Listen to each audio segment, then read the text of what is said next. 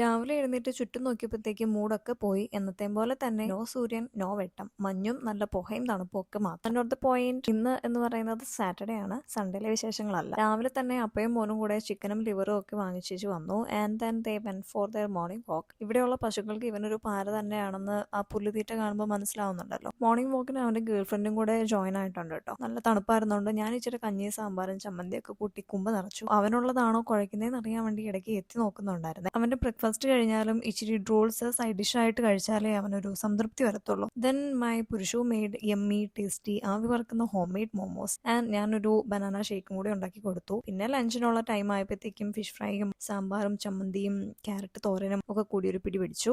പിന്നെ ഉറങ്ങി എഴുന്നേറ്റപ്പോഴത്തേക്കും ശംഖുമുഖത്ത് നടക്കുന്ന ഇന്ത്യൻ നേവി ഓപ്പറേഷണൽ ഡെമോ നമ്മൾ കാണാൻ പോയി. വളരെ എക്സൈറ്റഡ് ആയിട്ടാണ് പോയത്. സ്റ്റിൽ നമ്മൾ ഒരുപാട് ലേറ്റ് ആയി വീട്ടിൽ നിന്ന് ഇറങ്ങാനായിട്ട്. കൂടെ നമുക്ക് ട്രാഫിക് ജാമും കിട്ടിയത് കൊണ്ട് കാര്യമായിട്ടൊന്നും കാണാൻ പറ്റാത്തതുകൊണ്ട് കരഞ്ഞു വിളിച്ച് വീട്ടിലോട്ട് പോകുന്നു. വിഷമം സഹിക്കാൻ വയ്യാത്തതുകൊണ്ട് നല്ല പൊറോട്ടയും ചിക്കൻ കറിയും ഒക്കെ മുണുങ്ങിയിട്ട് പോയി കിടന്നുറങ്ങി.